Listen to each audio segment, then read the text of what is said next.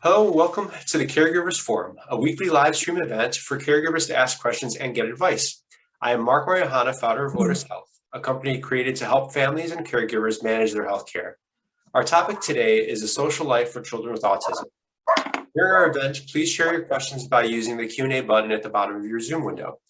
My co-host is the amazing Tamika Lecheé Morales, president of the Autism Hero Project, a wonderful organization that advocates for autism families and provides grants to cover the therapies, including ABA therapy. Tamika is an author with her most recent book entitled Inclusion, published last month and can be found on Amazon. Tamika is also a school teacher, an actress, and an autism mom. We have 5 terrific guests joining us today. Jennifer York, the Child Development and Inclusion Director at Cherry Preschool in Evanston, Illinois.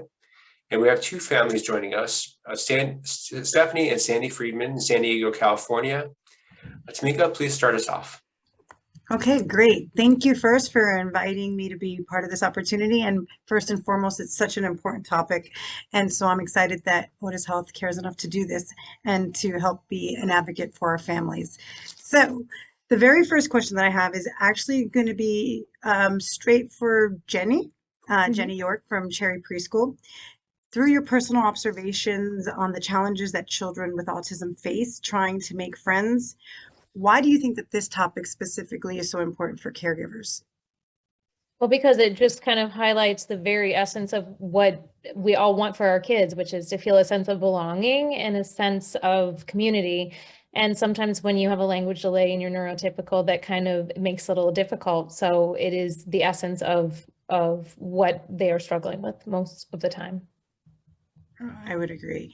Would you say that, and you probably have so much experience in this, right? So what are some strategies or resources that parents in this realm can do to help their child to be able to kind of initiate those friendships and create those friendships? Sure. I think first of all, choosing communities that are supportive of inclusion and really value all definitely helps. So find schools that are open to inclusion, communities that definitely will make a difference. I think, when you're thinking about facilitating social opportunities, consider what your child might like and what your child's interested in when you're thinking about friends that might be appropriate for your child. It's not just about, what the other kids will want in friendships, but who will be a good friend for your child. And then you structuring interactions around your child's strengths, figuring out what your child brings to the table, their interests and empathy, and maybe they have a laid back approach, whatever it is, kind of thinking about what their strengths might be. And set your child up for success. So kind of, if your child has a hard time in the afternoon, don't schedule a play date for the afternoon. If it's a really kind of crazy day, maybe there's a lot going on a certain morning, then find a day that is a little bit more laid back, maybe an afternoon that the child has already had a nap, if they're still napping. Just set your child up for success. If there's something that a noisy environment, if that's going to bother your child, maybe a social, outing that is loud and noisy, like, a gymboree type environment would not be appropriate. So maybe find something that your child would feel comfortable in it and start there. I think also partnering with families is really important. So making friends with other parents and helping them understand that you are a family just like they are and you have the same needs that they do. Yeah, I would even, I'd echo all of that, what you said. And I would just even add, most of my own son's friends usually started with the mothers would get together and they'd bring the children, and it just kind of naturally, organically happens. So that was always really helpful. And I had friends who had children who were either also on the spectrum or not on the spectrum. They would naturally play together, and that was always really helpful too. So thank you, Jenny, for that. My next question is for the Friedmans. And so this question specifically is just, is there any like concerns in your children's abilities that you're concerned about while they're trying to make friends? Like, when you're coming together with your children and maybe other children, is there like something that really concerns you think might be an operative that doesn't allow them to create friendships? You go ahead. Oh.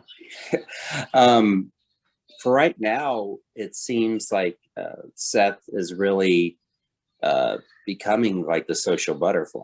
It was interesting when he was, younger, before he could speak and stuff, that we were very concerned, like, because he didn't make eye contact and didn't, all the things you hear about he was doing.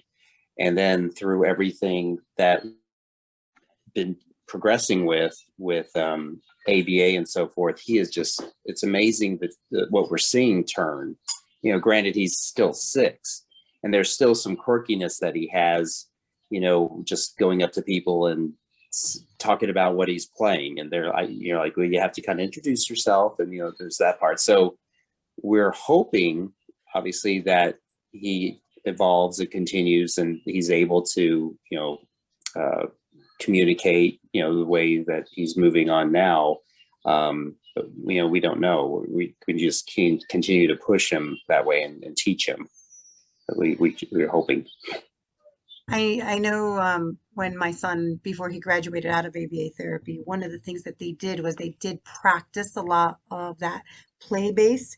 And, she would often prompt him and say, oh, I would love to play this. Would you like to play this? And then he naturally kind of started that habit of asking to play. And that, what I like about ABA is that they make it more play-based, where you don't even realize that they're teaching them a skill necessarily.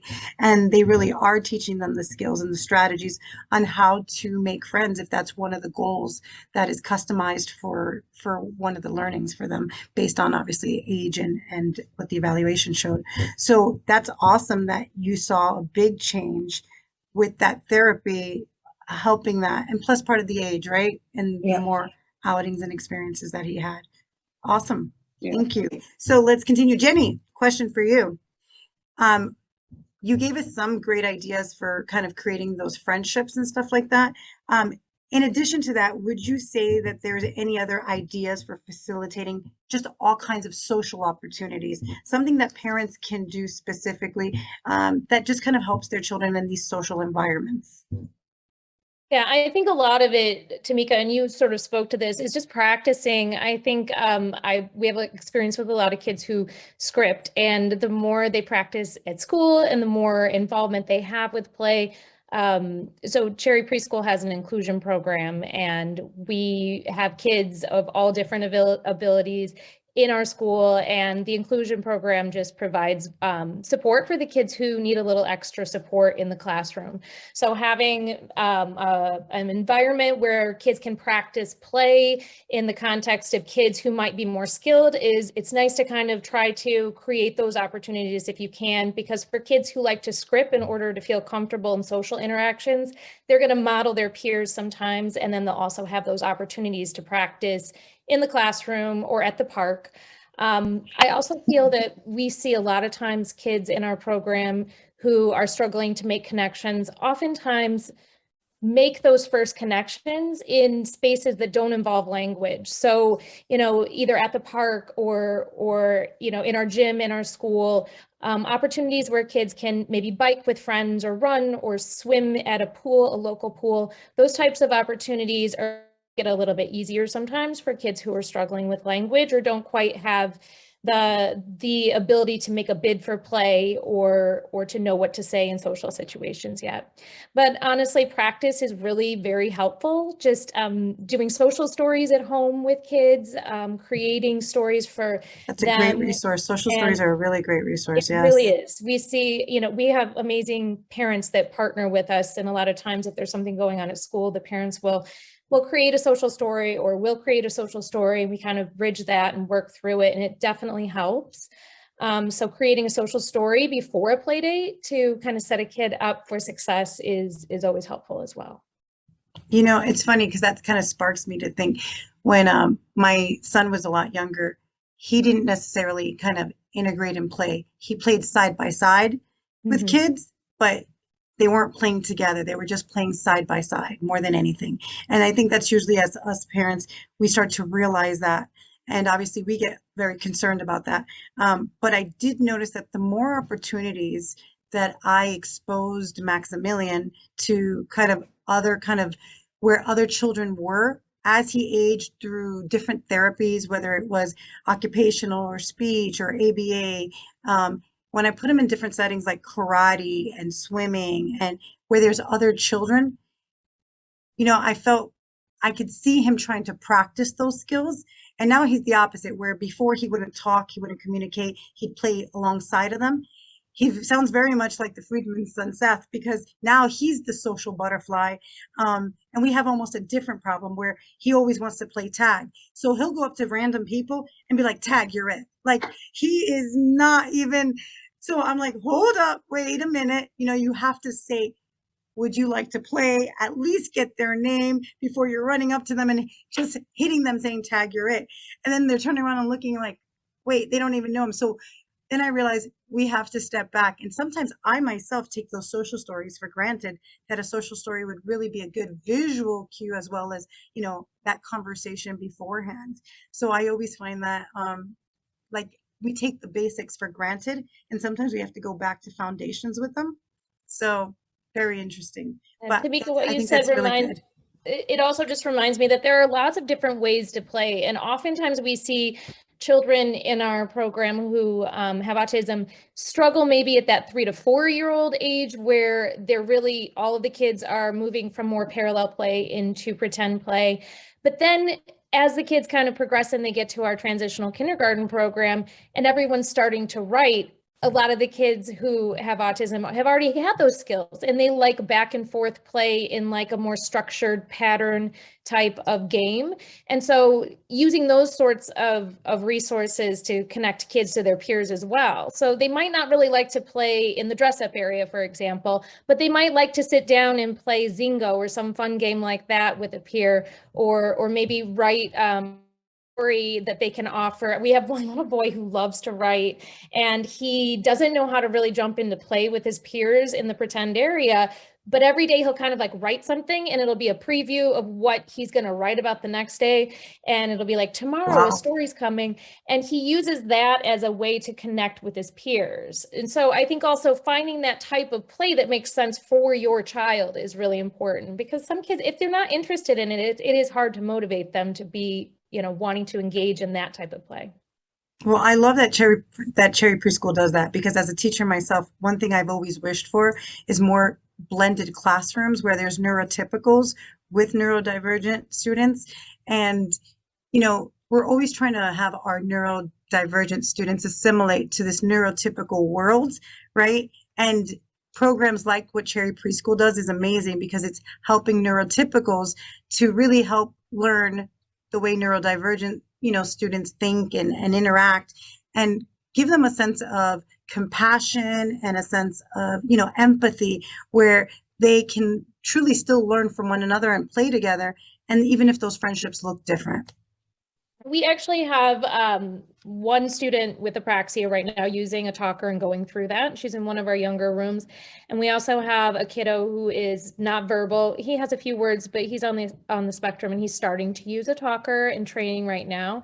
And I think that from the training that we've had as a school with the speech path who's working with these kids, we really need to make it, this is the way that these kids communicate. And so making it part of the play and part of, like, if you want to talk to each other, you can use, so sometimes allowing the other kids to use it with him. They're going to be very interested in the talker. It looks like a piece of technology. And so it's really fun, but having staff maybe set up, like, this is how Joey talks. And so, if you want to communicate with him, he's going to use this to talk to you, and kind of teaching the kids. You really do kind of have to teach the kids to wait and be more patient.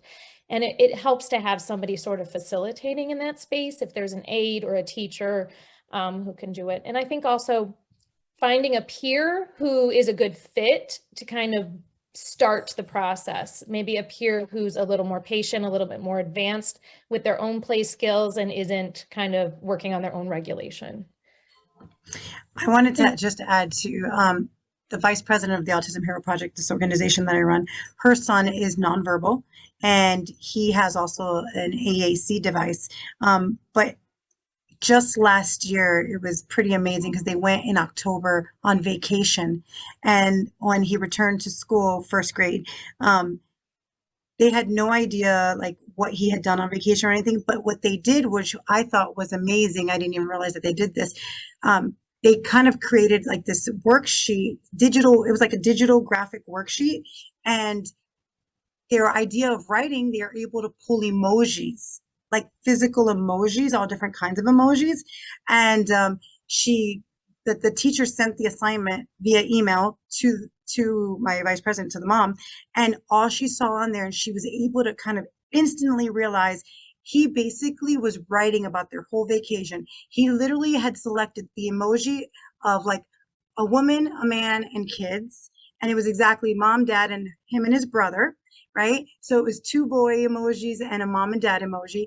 He literally selected a beach, and then he selected, they had went and got ice cream, and they did that actually more than once on their trip. So he put an ice cream cone for every single time on their vacation they went to get ice cream.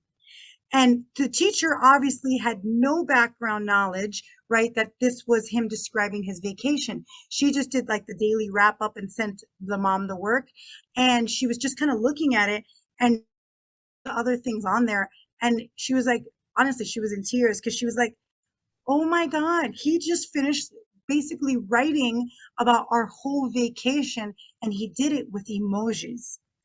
And she went back and told this to the teacher, and it was like this yay moment. And then, it just, she started to realize that this is how he communicated. He didn't use words. He didn't write out yet, right? Because he's still very young, but he tended to communicate all via emojis. And then the mom learned something from that and used that as a tactic going forward, that there's certain things on the AAC device that maybe as you're learning, but these visual emojis are always super helpful. So did anyone want to add anything to that? Maybe the Friedmans, before we move on to the next question, before Seth started to become verbal, was there anything that you wanted to add to that? I'm just trying to think of, it was interesting when before he was actually diagnosed, there was a lot of blabbering, and he would maybe come out with 1 or 2 words, and then all of a sudden it just stopped. It was around the 15-month mark, and, that's when we realized something wasn't right.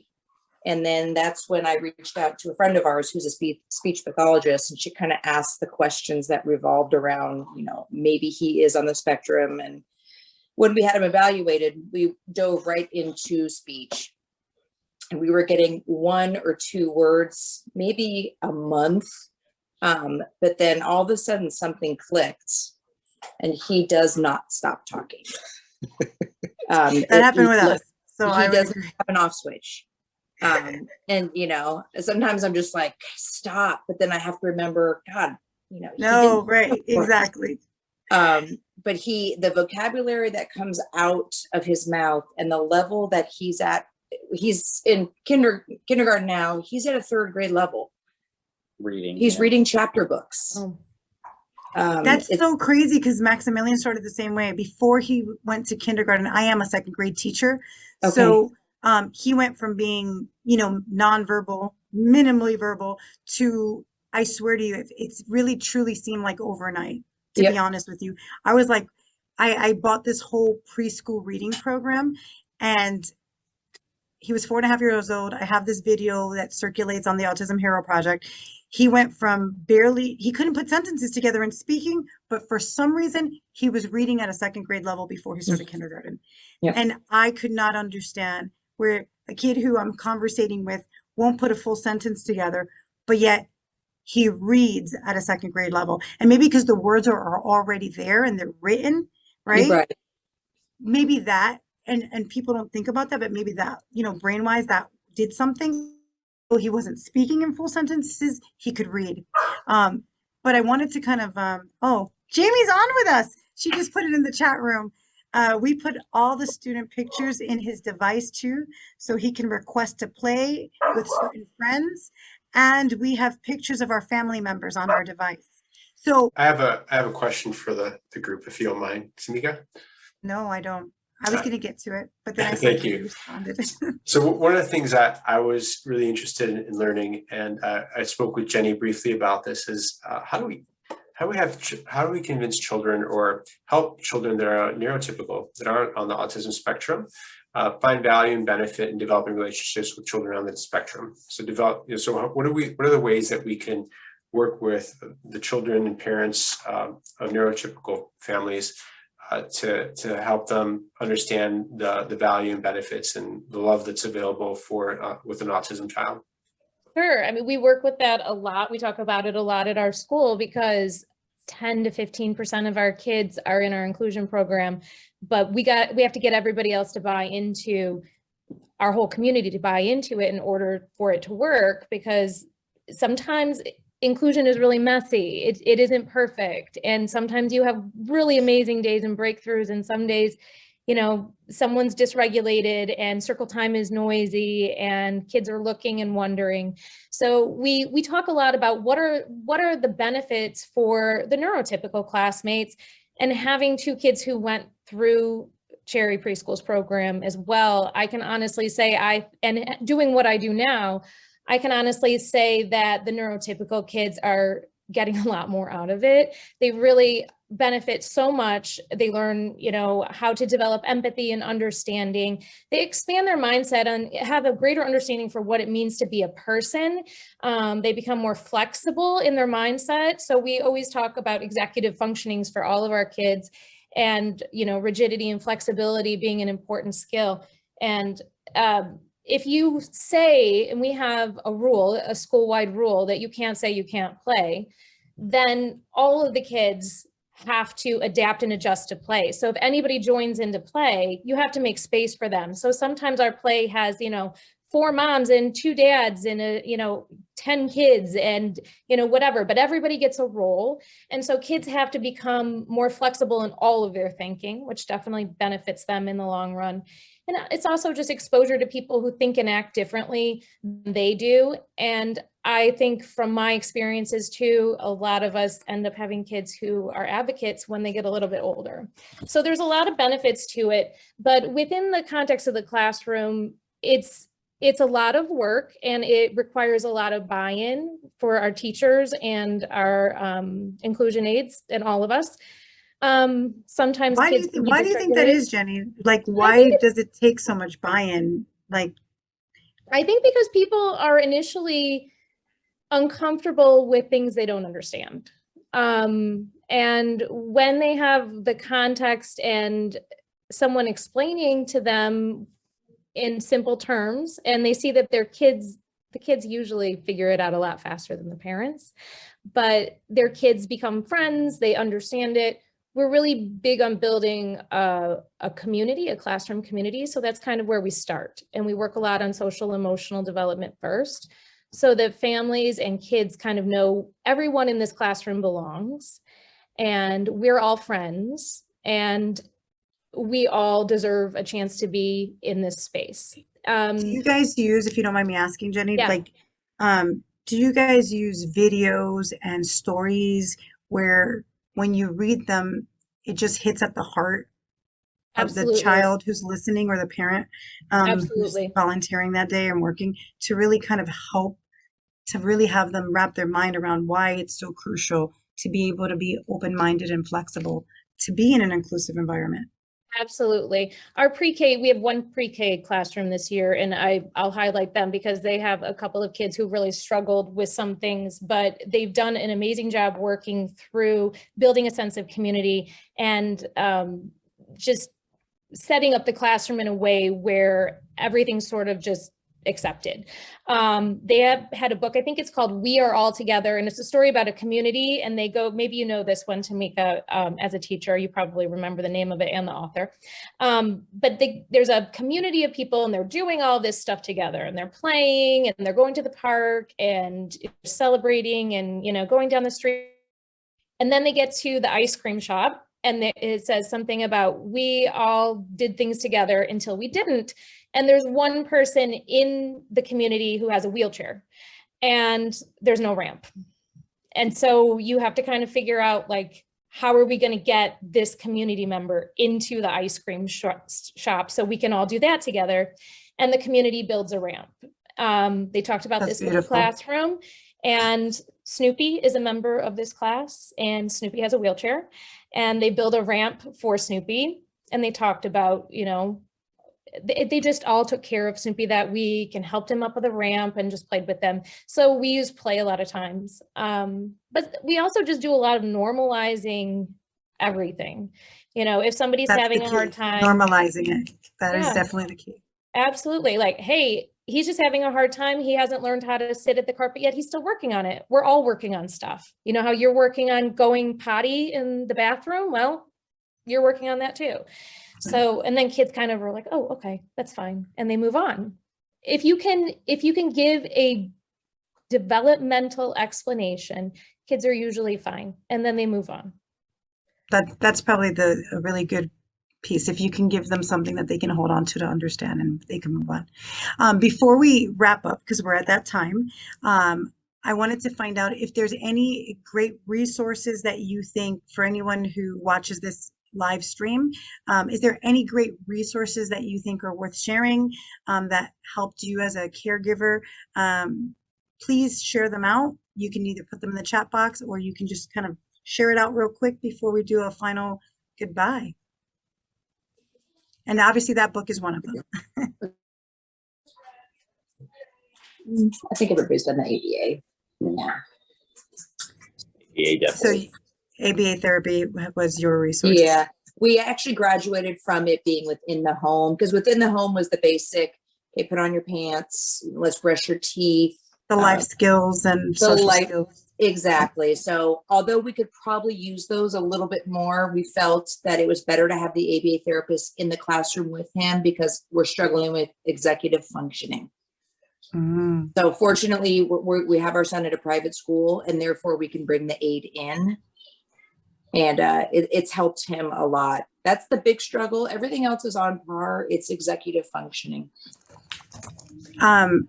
Somebody has a quick question, and we probably have a minute to address it if anybody wants to real quick. And Jenny, you might have experience, or if any of the parents have direct experience.